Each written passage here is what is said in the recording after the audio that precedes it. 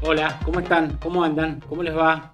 ¿Cómo le va, señor Juan Carlos Villegas? Que lo Hola tengo. Rodrigo, ¿cómo estás? ¿Todo bien? Muy bien, muy contento por volver a estos estudios de Zona Crítica Cuyo, con esta nueva iniciativa, este nuevo proyecto. La gente preguntaba, ahí Roberto Rey le puede dar testimonio, que la gente llamaba, preguntaba a la línea pública de Por las deudas, por Zona las deudas. de dónde está Villegas, Que que no pague le lo da que debe, plata.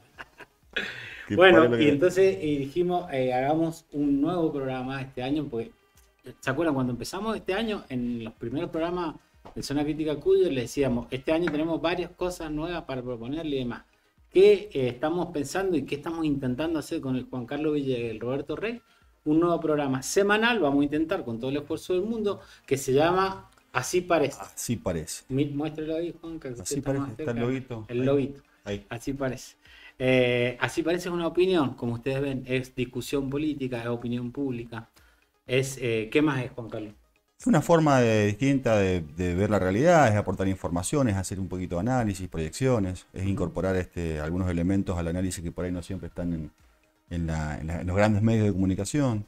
Me parece que, así parece, Así nos parece. va a intentar hacer un aporte humilde, porque nosotros no decimos tener la verdad en nada, pero sí creemos que podemos aportar un poquito Ujú. a la discusión. Juanca, y tenés la idea y la propuesta de ir leyendo lo que se conoce como el termómetro de la opinión pública en un año electoral.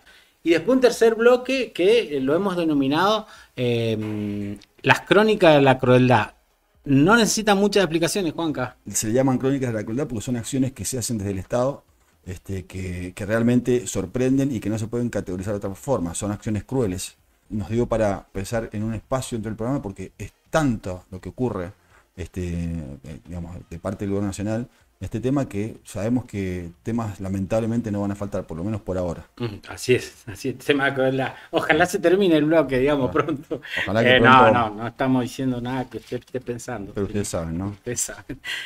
Juanca, nos prometiste que ibas a hacer un seguimiento de lo que es las encuestas, la opinión pública, porque es un año electoral y hay dos escenarios iniciales. Es decir, este bloque se va a llamar Argentina Decide. Vamos a ir analizando constantemente las elecciones provinciales, las que se vayan dando de manera anticipada. Ujú. Recordemos que las elecciones nacionales están convocadas para el 18 de octubre, pero previamente hay elecciones en las provincias.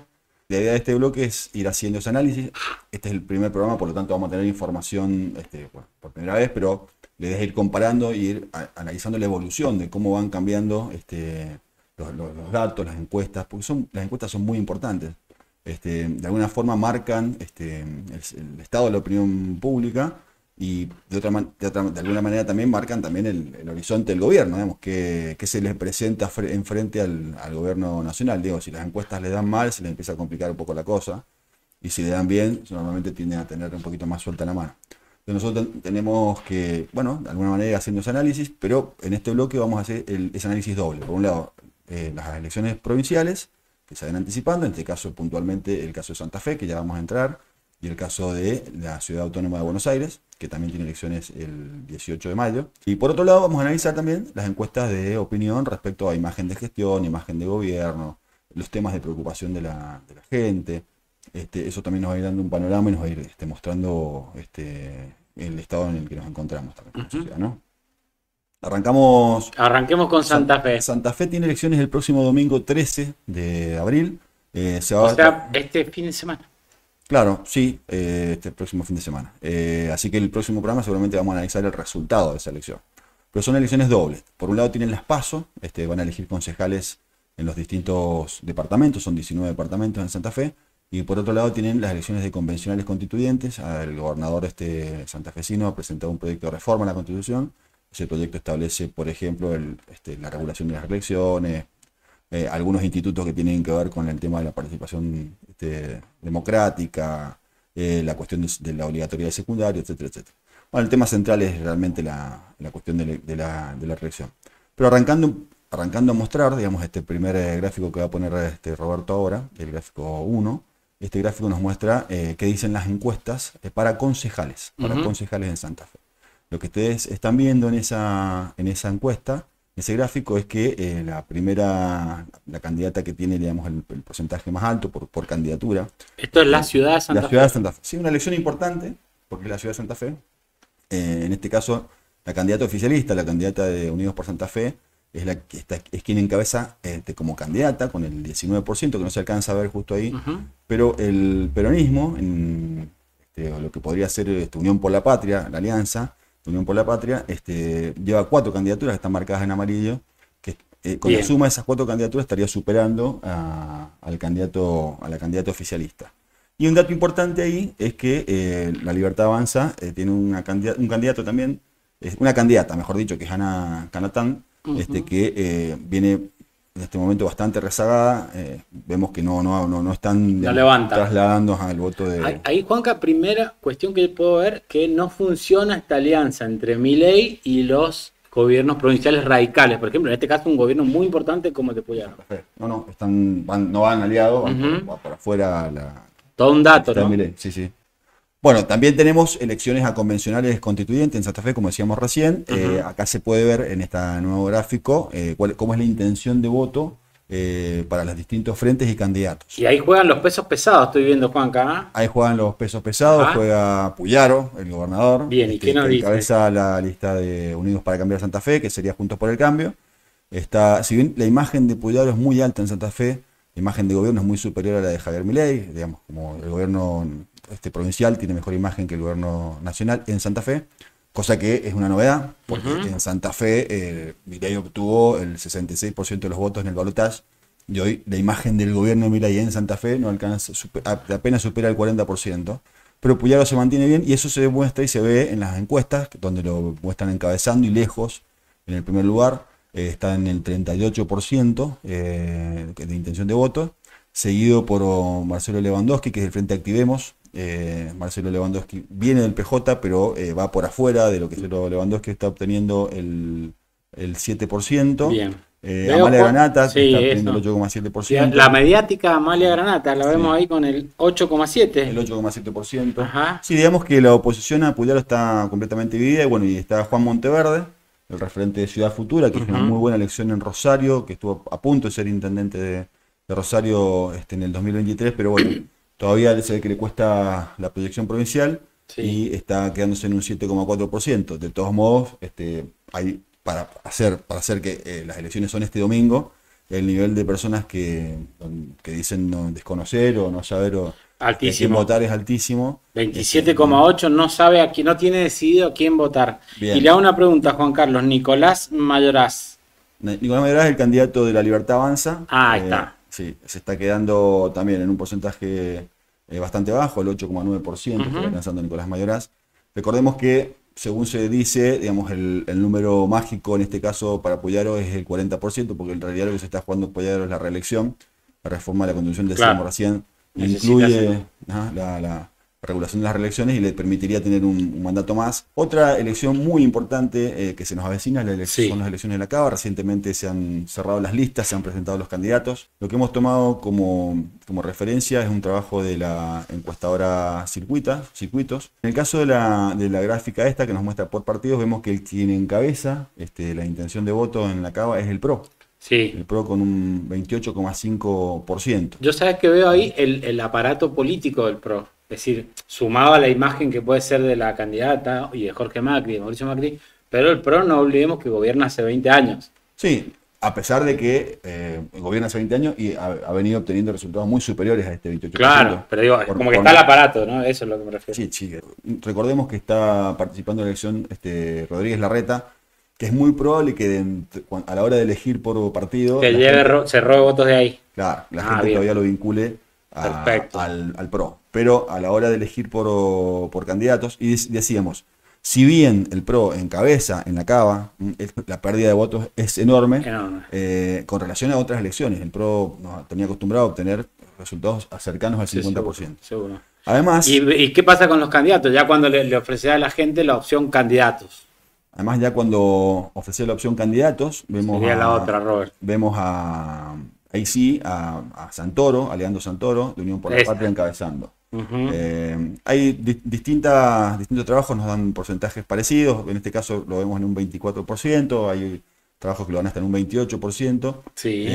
Y lo vemos obteniendo una distancia muy importante sobre Silvia Los Penato, que es la candidata del PRO. Bien. Y sobre Manuel Adorni, que es el candidato de La Libertad Avanza. Y me llama la atención el número de Ramiro Marra, porque es un outsider. Recordemos, Ramiro Marra fue expulsado de la estructura de La Libertad Avanza por Karina Milei. Nunca se explicó bien por qué. Pero hoy tiene una imagen que ronda entre el 10 y 15 puntos. Sí, una intención de voto tiene Ramiro Marra, que ronda entre el 10 y 15 puntos. A Ramiro Marra superando a Manuel Adorni, el candidato oficial de La Libertad Avanza. Pero aún así, la suma de los dos candidatos es bastante parecida a lo que obtendría Leandro Santoro solo. Y también vemos que ese liderazgo que tenía el PRO en las encuestas por partido, cuando se preguntaba por partido, se pierde y claro, en estas por candidato, porque Rodríguez Larreta va por afuera. Rodríguez Larreta está obteniendo un 8,8% y Los Penato, que es la candidata oficial del PRO, el 19,7%. Es decir, que en las elecciones en la Cava estamos ya a 4 fines de semana prácticamente de la elección, y se avisora una pelea bastante reñida por el primer lugar. Y seguramente, digamos, al transitar la campaña vamos a ver que puede llegar a crecer el voto de las fuerzas principales. Se suele dar eso en los procesos electorales. Polarización y... Bueno, ahí útil. Porque es muy interesante lo que está señalando Juanca, porque hay una cuestión con quién se lleva el voto por espectro de alguna manera político, y la fragmentación que está sufriendo el espacio de derecha y ultraderecha o centro derecha, pónganle el nombre que quieran, me parece que está más claramente marcado que incluso que mucho más que en Santa Fe. Primero, la imposibilidad de aliarse con el oficialismo, y a esto se le suma que en este espacio ideológico, por decirlo así, tenemos a el PRO, a La Libertad Avanza y a Marra, y los tres con porcentaje importante. Y a Larreta. Sí, los tres con porcentaje importante. Pero lo que sorprende realmente en esta encuesta de circuito es el bajo nivel de Adorni, el bajo nivel de intención de voto de Adorni, que inclusive estaría perdiendo con Rodrigo Marra.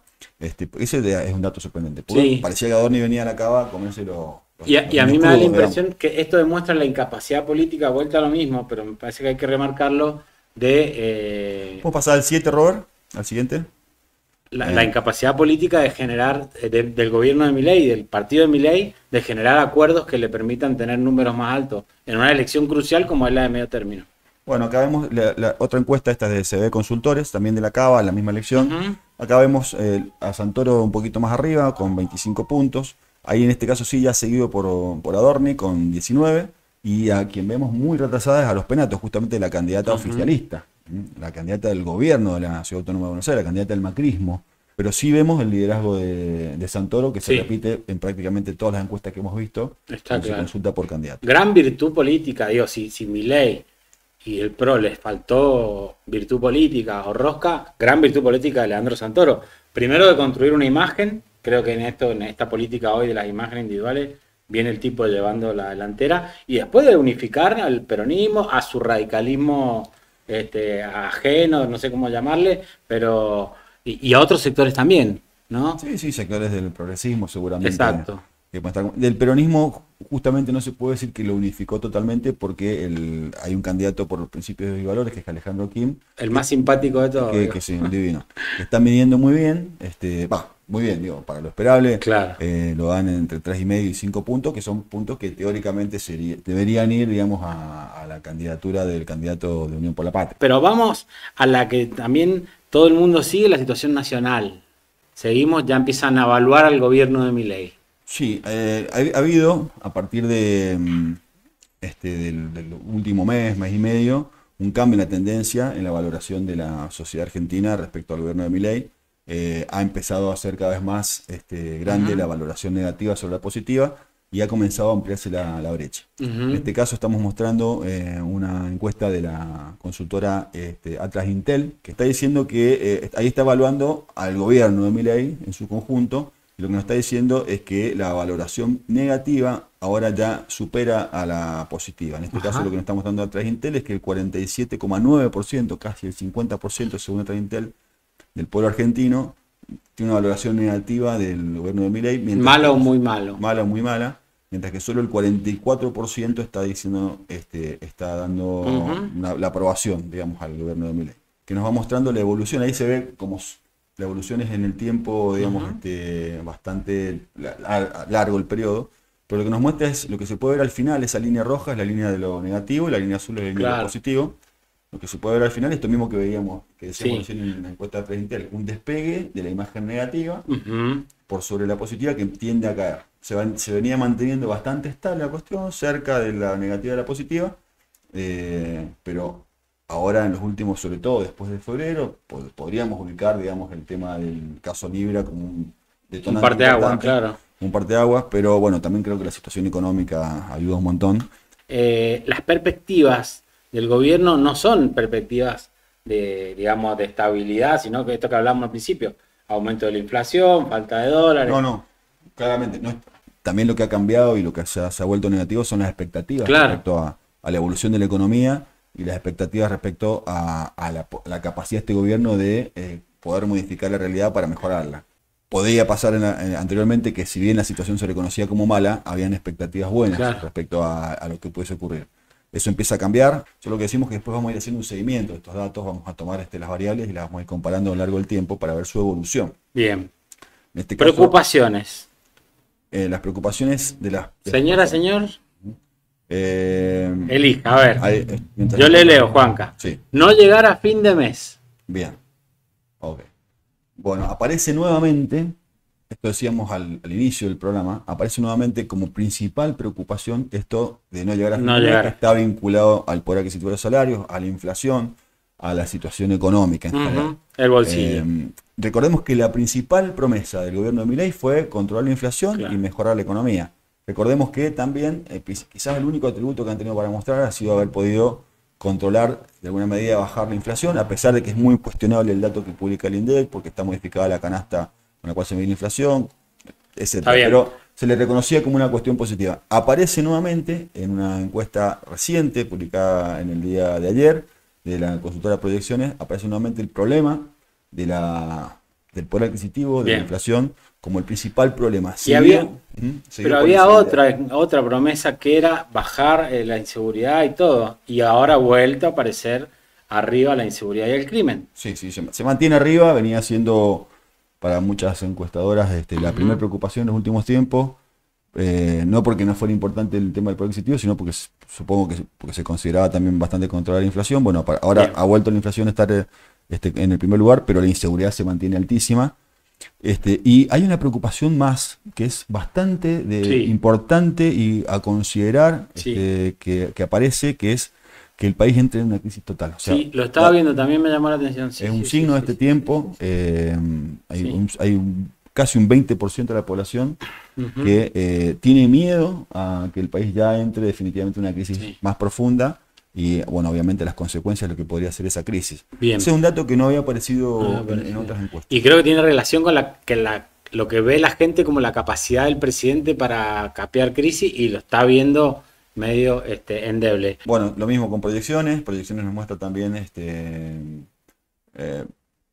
cómo son las expectativas económicas, en este caso individuales, de la propia familia, de tu propio hogar. Lo que hablamos recién. Ha cambiado también esta situación. Hasta hace no mucho tiempo, si bien se reconocía, mucha gente, digamos, los consultados nos decían que estaban mal, pero tenían perspectivas de mejorar. En este caso, la expectativa positiva es inferior a la negativa. Bien. La expectativa positiva de mejorar la situación económica del propio hogar al que se le consulta, solamente el 32% de las personas consultadas tiene expectativas positivas, pero ya hay un 44% que tiene expectativas negativas respecto a cómo va a evolucionar su propia economía. Si bien no está en esta placa, pero vamos a hacer mención igual, relacionado con estas expectativas negativas respecto a cómo va a evolucionar también la propia economía, también ha crecido el porcentaje de la población argentina que considera que estamos en un rumbo económico incorrecto. Bien. Ante la consulta de si el rumbo económico es correcto o incorrecto, el 41% de los consultados para proyecciones respondió que no, estamos en un rumbo incorrecto, y el 37,8% respondió que sí, que estamos en un rumbo correcto. Y esa placa que nos deja el Robert ahí, le digo, Juan Carlos, ¿cómo evalúa la gestión de Milei? Muy negativa, Sí. El 24,9%, el 11,7% negativa y el 11, irregular negativa el 11,9%. Si usted suma ahí, estamos hablando casi de 50 puntos de evaluación negativa o regular del gobierno. Pero acá hay un dato muy importante, que es que dentro de quienes valoran negativamente, los que valoran muy negativamente a la gestión, insisto, los que valoran negativamente son regularmente negativa o muy negativa.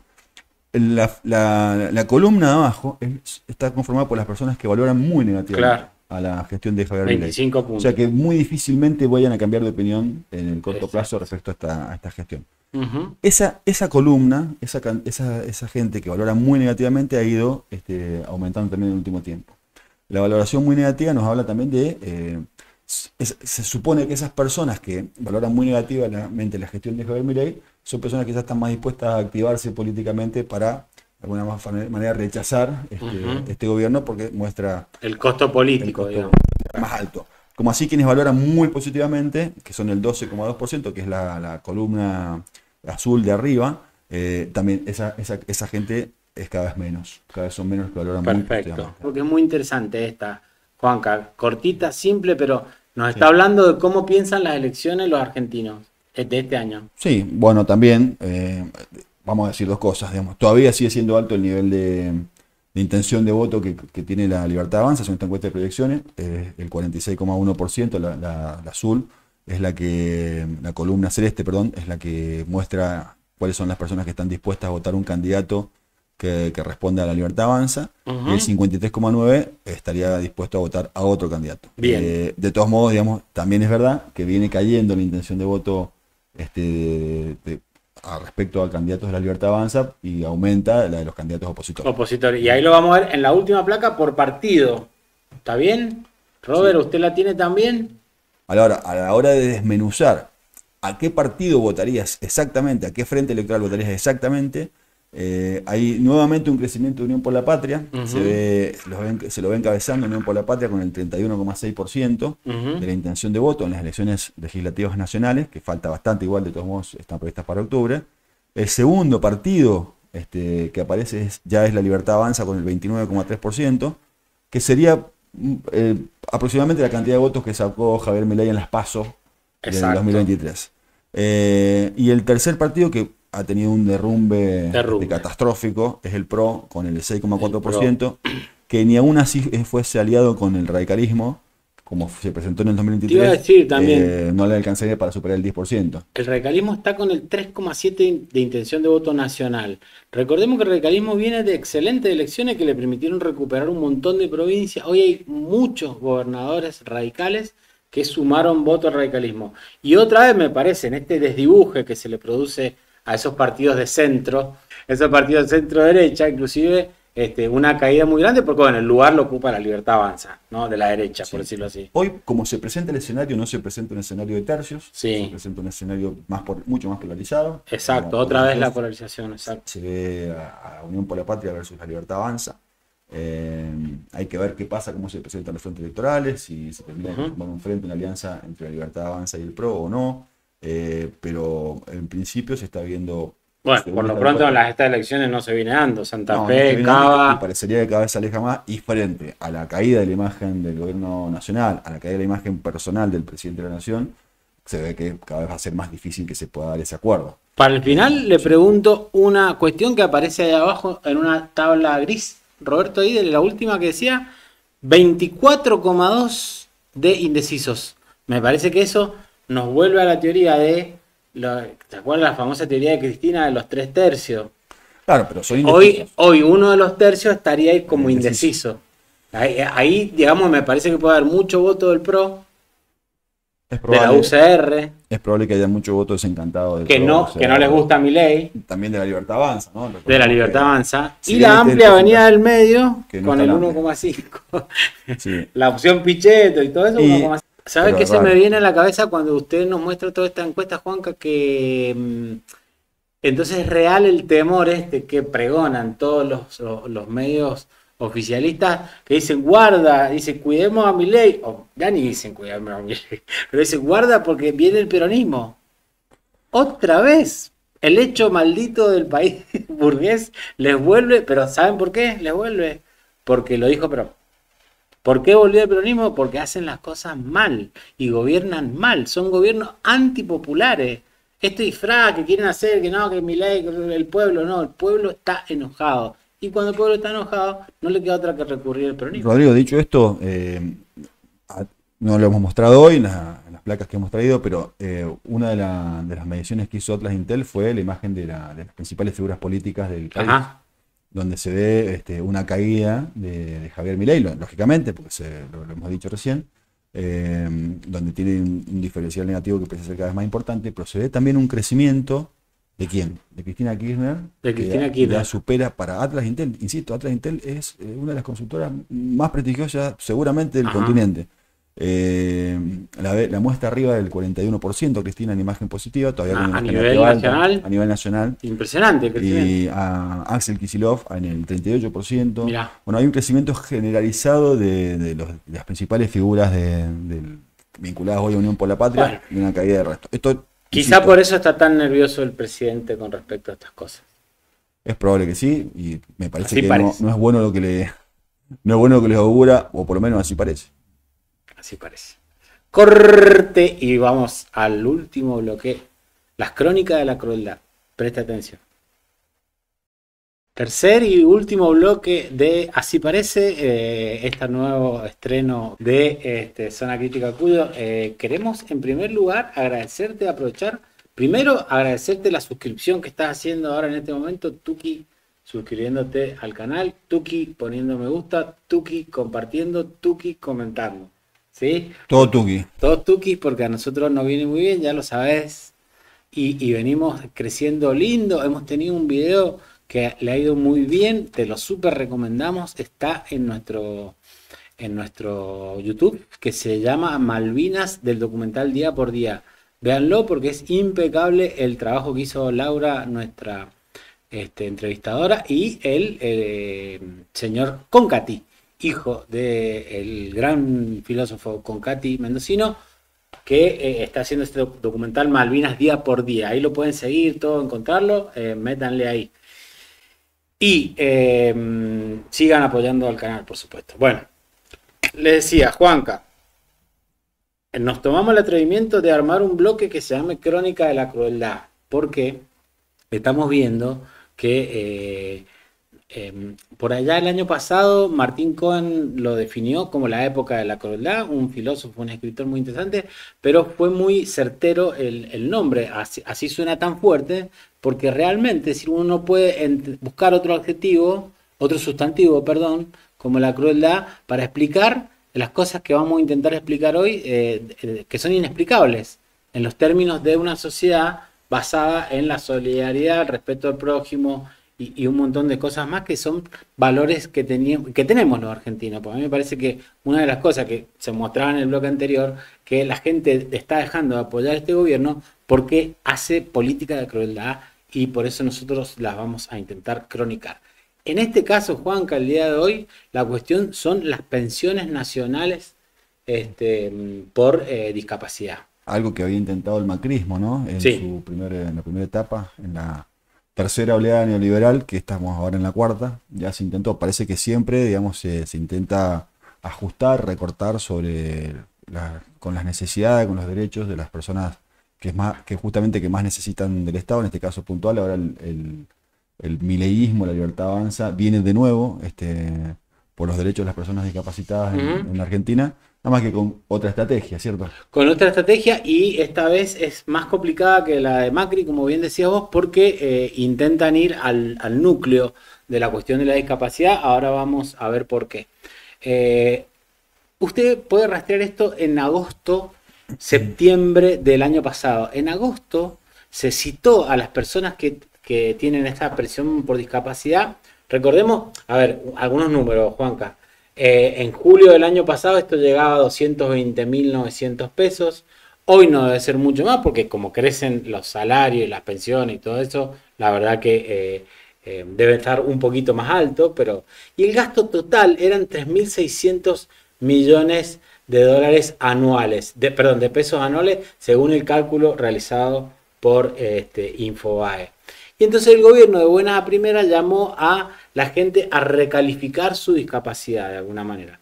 Eso fue en agosto, pero lo peor vino en septiembre, cuando se hizo una resolución administrativa, perdón, el decreto 843 de 2024, que lo que hizo fue cambiar directamente los requisitos para acceder a la pensión distributiva. Que para hacerla más accesible. Al contrario, para complicarla más. Pero esto es paralelo con una campaña que ustedes deben recordar bien, que tenía que ver con por qué había que bajar pensiones. Porque estas eran causas, estas eran producto de la corrupción y de los privilegios que el gobierno peronista había entregado. 2003 había 80.000 pensiones, 2003, por invalidez, según los datos procesados por Infobae.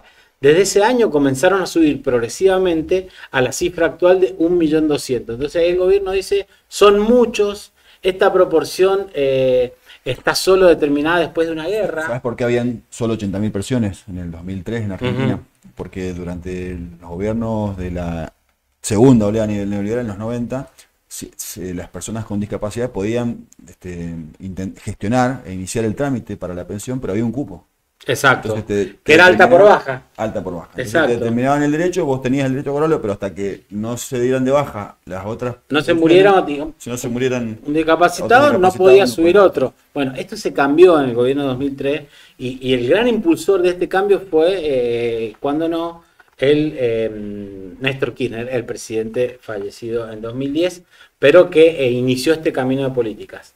El gobierno empieza a hacer una campaña que nosotros queremos, con la primer plaquita, Roberto, mostrar el error inicial, que es que esta campaña que está haciendo el gobierno ahora atenta directamente contra los fundamentos de la Convención sobre los Derechos de las Personas con Discapacidad de la Organización de las Naciones Unidas. Claro. Así que esto es fundamental entenderlo del principio, porque lo que vamos a ver es que el gobierno argentino está confrontando con su motosierra sobre la discapacidad con la Convención de Naciones Unidas, a la que Argentina adhiere, por supuesto. ¿Qué es lo que dice básicamente la Convención? Tiene un modelo social. Cuestiona la clasificación de las personas en válidas o inválidas, por cuanto entiende que aquellas consideradas inválidas solo enfrentan barreras para ejercer sus derechos debido a la falta de accesibilidad al entorno en el que viven y no a su característica de individualidad. Para explicarlo claro. No es que la persona sea inválido porque tiene un brazo menos, vamos a poner un caso así, o porque anda en silla de ruedas. No, esa persona lo que tiene es un entorno que le impide ejercer sus derechos. Este es el concepto de la Convención de Derechos de Personas con Discapacidad. Entonces, esto nos llevó como una situación de pobreza, porque coinciden, digamos, la discapacidad se hace realmente grave y incapaz de acceder a derechos cuando se junta con la pobreza. Y sabemos que Argentina es una sociedad donde aproximadamente, números más, números buenos, el 50% de las personas son pobres. Entonces, ya ahí arrancamos muy mal con esta campaña que hizo el gobierno, que tiene, como decíamos, una fase administrativa y una fase comunicacional, el famoso relato. Ahí lo vamos a ver en la próxima placa, Roberto. Bien, ¿qué hizo? Ustedes se acordarán, Adorni. Y bueno, ahora digo, porque después dice, ¿por qué Adorni no gana en la capital federal? Y bueno, porque Adorni viene de episodios como este. Usted se debe acordar que mostró, para mostrar esta corrupción que había hecho crecer las pensiones a niveles estrafalarios, etcétera. La supuesta corrupción, y mostró unas placas de un perro que habían sido pasadas como una radiografía de un ser humano. Radiografía de un ser humano. Ahí está. Ahí lo tienen Adorni mostrando la placa del perro. Resulta ser que al poco tiempo, como la mayoría de las cosas que dice, barbaridades que dice este gobierno, el titular de Andís, de Santa Fe, donde está ese caso que muestra Adorni, salió a probar con el expediente administrativo. Hay un Twitter ahí, Robert, si creo que está después de ese, de que era mentira. Fernando Galarraga dice: ¿a quién quieren engañar y meter el perro? Es evidente a la gente, y lo hacen con mentiras para argumentar la baja de pensiones contributivas. Eso que usted ve ahí abajo es el expediente donde desmiente lo que decía el vocero presidencial. Pero además hubiese sido un solo caso que no invalida los derechos de millones de personas. Exactamente. Tomar un caso, hasta suponiendo que ese ha sido verdad, cierto, no deja de ser una operación, una estafa, porque te está poniendo un caso como una generalidad. Sí. Y según las organizaciones de las ONG que se dedican al tema de discapacidad, está plagada esta campaña de datos que nunca fueron corroborados por nadie. Pero hay un dato que sí fue corroborado, que es la famosa proporcionalidad. Dice el gobierno que 1.200.000 pensiones solo pasa después de una guerra. Cuando se hace el censo de 2010, hay 5 millones de discapacitados. El censo del 2022, todavía el INDEC no entrega los números, hay casi 6 millones de discapacitados. Lo cual diría que 1.200.000 de pensiones solo cubren el 20% de los discapacitados. Por lo tanto, no se entiende por qué el gobierno dice que 1.200.000 es mucho. Este discurso de enfrentar pobres contra pobres, de hacernos creer que el problema del gasto público en Argentina son las personas con discapacidad. Exactamente. Por lo tanto, se tiende a estigmatizar a las personas con discapacidad. Ahí está en parte la gran crueldad, ¿no? Porque no solamente se le quitan recursos, no solamente se le impide el acceso a la pensión, no solamente se le quitan medicamentos, no solamente se le quita y se le dificulta el trámite, y ahora se pone en cuestión si son discapacitados o no, sino que también al mismo tiempo se los estigmatiza. Exactamente. En los medios de comunicación. Y aparte vamos con el otro, digamos, el núcleo de la nueva regulación, que este decreto, el 843 del 2024, ha sido atacado por todos lados, digamos, judicialmente, y es un decreto que está en cuestión. No obstante, el gobierno avanza. ¿A dónde retorna el gobierno, digamos? Retorna al modelo anterior que decía que debe la persona acreditar un porcentaje de disminución de su capacidad laborativa. Es decir, retorna al modelo médico que dice, le corresponde la discapacidad a la persona que tenga una incapacidad laborativa, que no puede trabajar. En los hechos, ¿qué es lo que termina pasando con esto? Que la persona se ve empujada al trabajo en negro, porque dice, si consigo trabajo, vamos a poner a una persona que tiene una silla de ruedas, está en una silla de ruedas, si consigue trabajo administrativo, pierde el acceso a la pensión que le otorgaba el gobierno, que la pensión que le otorgaba el gobierno era para mejorar sus condiciones de habitabilidad, por ejemplo, sus condiciones de accesibilidad, su acceso a los planes de salud. Ustedes saben que, por ejemplo, una prepaga para un discapacitado es más cara que para una persona que no tiene esa discapacidad. Entonces, para eso se creó este concepto de social, digamos, del entorno social, y ayudar a corregir las desventajas y darle oportunidades que las personas con discapacidad no tienen, porque el mercado, si se quiere, laboral y el mercado social no se las da porque no brinda posibilidades. Y ahora el gobierno, lo que tenía como un escalón, si se quiere, para apoyarse y poder trabajar y poder integrarse socialmente, se lo saca. Por ejemplo, vuelve al esquema de que si tenés una persona que está en blanco y le corresponde familiarmente costearte a vos y vos tenés una discapacidad, entonces no podés acceder a como una... si no fuera un derecho de esa persona con discapacidad, suponiendo que esa persona con discapacidad viva en un hogar en el que haya un ingreso en blanco de algún familiar directo, no va a tener acceso a la pensión. O sea, no va a poder hacer autónoma y manejar ingresos propios, no va a poder tener aunque sea un ingreso mínimo, porque hoy además parte de la crueldad es haberle quitado poder adquisitivo a las pensiones que han perdido alevosamente, bueno, al igual que las jubilaciones. Como buen fascista, a veces esta palabra cabe, va contra los inmigrantes, porque vuelve a poner que tienen que pasar 20 años de residencia para poder acceder a una persona con discapacidad. Esto ya es la crueldad máxima, porque una persona tiene que estar 20 años como residente con una discapacidad para poder acceder a una pensión de 250.000 pesos. Claro, primero que una cuestión inhumana, por muy inmigrante que sea una persona que vive en Argentina, tiene derecho a ser humano, claro. Pero por otro lado, esa persona durante esos 20 años aportó a la Argentina trabajando, básicamente, o desarrollándose como ciudadano en nuestro país. Por lo tanto, digamos, el derecho a la pensión lo debería tener igual.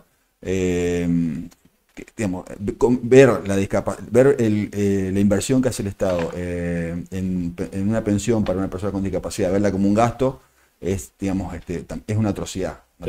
No debería ser cuestionado eso. las personas con discapacidad deberían poder vivir dignamente y deberían poder tener acceso a pensiones dignas y no deberían ser tratadas como son tratadas hoy por el Estado Nacional. Y le voy a decir algo que usted conoce, Juanca, y Roberto también. Esta campaña, pues yo lo meto decreto, resolución y campaña. Bueno, esta campaña incluye una de las crueldades más grandes que hicieron, que es la citación para la recalificación. ¿Qué dice? Que si vos no respondés la notificación de la citación para que te recalifiquen como en tu discapacidad, perdés el beneficio. Es decir, todos sabemos que las personas con discapacidad generalmente una de las barreras que se le pone a la sociedad es su incapacidad comunicativa, digamos, de recibir una notificación. Hay gente que está en asilos, hay gente que está y que cambia el domicilio. Y bien me decía Juanca, esto debería ser al revés. No es la persona la que está obligada a notificarse, es el Estado el que está obligado a encontrarla en el caso de que quiera recertificar una condición de discapacidad. Entonces, otra vez se invierte la carga y el problema es de la minoría, el problema es del débil, el problema es del que no tiene acceso y no del Estado superpoderoso. Esta es la motosierra de Milei y esta es la destrucción del Estado de Milei. Cuando aparece tan jocoso él y saca una motosierra, bailando y demás, lo que está haciendo es esto. No. Claro, lo que se quiere ahorrar es plata en esto. Y ahí para el final, Juanca, dos cosas. Primero, el decreto 187 del 2025, que ya no existe más, afortunadamente, perdón, la resolución del ANDIS, que es el área de discapacidad. La Agencia Nacional de Discapacidad. Cuando hace toda esta recalificación basada en el decreto de septiembre del año pasado, dice, cuando llega a la salud mental, retoma los baremos que se llaman, los indicadores y demás, para definir los distintos tipos de discapacidades. Y vuelve a usar palabras como idiota, estúpido y retrasado mental e imbécil.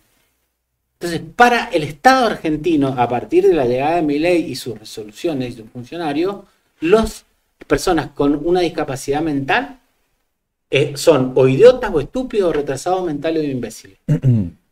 Tuvieron que dar de baja después de la resolución y echar al funcionario que la redactó. ¿Pero qué argumentaron?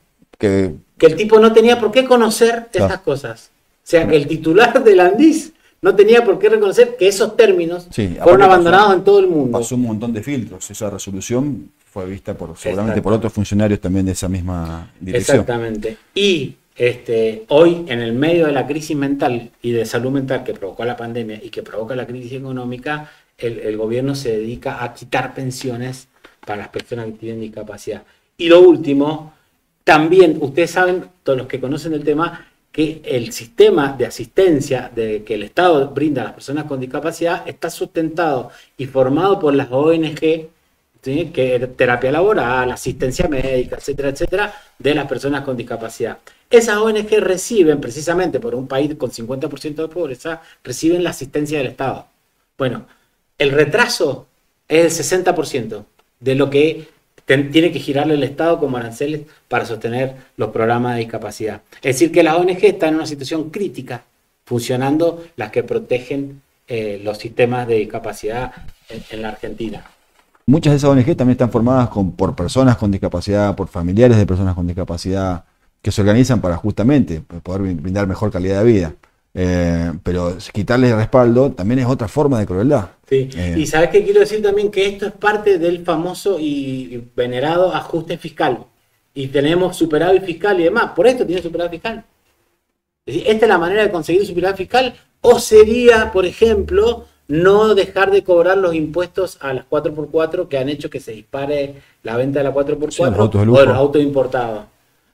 ¿Por dónde sacamos la plata? ¿Se la sacamos al discapacitado o que la pague el que puede comprarse una camioneta como esta? Juanca, te digo otra cosa para terminar, un concepto interesante que es esta guerra de conceptos, porque el gobierno de Milei está peleado con el mundo, es decir, con el mundo de la idea de los derechos, de las Naciones Unidas, con la Organización Mundial de Salud. Esto es lo mismo. Bueno, ¿qué dice? ¿Cuál es el modelo que propone la Convención Internacional y que se apoyan todas las ONG para reclamar al gobierno? La discapacidad, dice, es el resultado de la interacción entre las características de las personas y las barreras presentes en el entorno que le impiden ejercer sus derechos de manera igualitaria.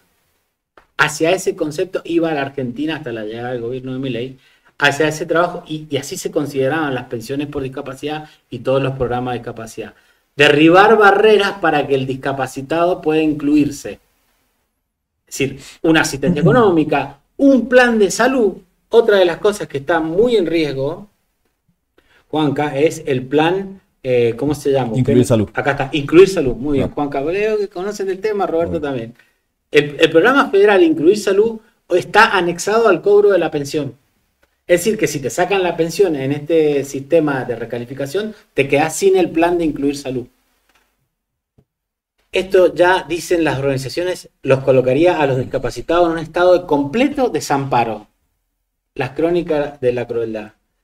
¿Y qué pasó en Mendoza? Porque ahí también vamos a poner el foquito en qué hacen los gobiernos que supuestamente a veces no coinciden con estas cosas, pero le prestan asistencia. Se convocó a las personas con discapacidad al centro de salud para que iban a ir médicos del PAMI a certificar su discapacidad.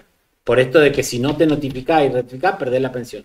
Fue la gente, imagínense, todos sabemos lo que se moviliza una persona de discapacidad, la familia, que esto, que el otro. No, aparte la todo el quilombo, incertidumbre, el miedo, que el incertidumbre y todo. Llegaron al centro de salud y no había nadie. No había médico del PAMI, no había nadie para certificar y tampoco les querían hacer un certificado. De que habían ido. De que habían ido.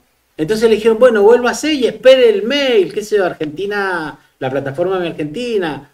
Seguimos en la crueldad para bajar las pensiones por discapacidad. Te vamos a dejar acá abajo en los comentarios 3 cosas. Ahí van a ver, en el primer ítem está eso. ¿Qué es eso? Eso es parte, una captura de pantalla de la auditoría, ¿sí? que se hizo en las organizaciones de discapacidad para que la gente pueda entender un poquito más lo que está pasando y cómo solucionar el problema de la recalificación. En el primer comentario tenés el drive donde puedes bajarte y descargarte la auditoría. En el segundo vas a tener el proceso de auditoría más explicado para que vos entiendas todo lo que está pasando, si sos familiar, si sos discapacitado y si tenés interés en el tema. Y hay una fotito también que vamos a poner en el tercer comentario, o le vamos a hacer un link a nuestra revista donde va a ver la fotito, donde vas a encontrar estos datos que yo te voy a leer ahora. ¿Qué hacer si no sabes qué hacer con el certificado? ¿A dónde recurrís? En Mendoza, más precisamente, la Defensoría de Personas con Discapacidad, Gutiérrez 51, planta baja de Mendoza, el teléfono 0261 44 93 88 2, un WhatsApp. Bueno, todo esto te lo voy a poner ahí en los comentarios, pero si querés anotar, pon la pausa y 261-3862-360, solo mensajes, ese es el WhatsApp. Un mail, defensoriadediscapacidad@gmail.com y un horario de atención los lunes a viernes de 8:30 a 13 horas. En este lugar, en la Defensoría de Personas con Discapacidad, que todavía existe afortunadamente, y esperemos que estos programas no la bajen, la motosierra no llegue hasta ahí, te podés acercar si tenés dudas cómo tramitar y cómo pasar este intento del gobierno de quitar los derechos que tienen las personas con discapacidad. Bueno, volvemos el próximo martes Volvemos. A la misma hora, en el mismo lugar. Por el mismo Tendremos el análisis de las elecciones en Santa Fe, que ya se habrán producido, las novedades sobre las elecciones próximas en la Cava, novedades sobre encuestas nacionales, cómo vienen las tendencias en la opinión pública, que seguramente habrá nuevos trabajos que se habrán presentado esta semana, y sobre todo, bueno, con novedades de este mundo raro y loco. Chau. Nos vemos.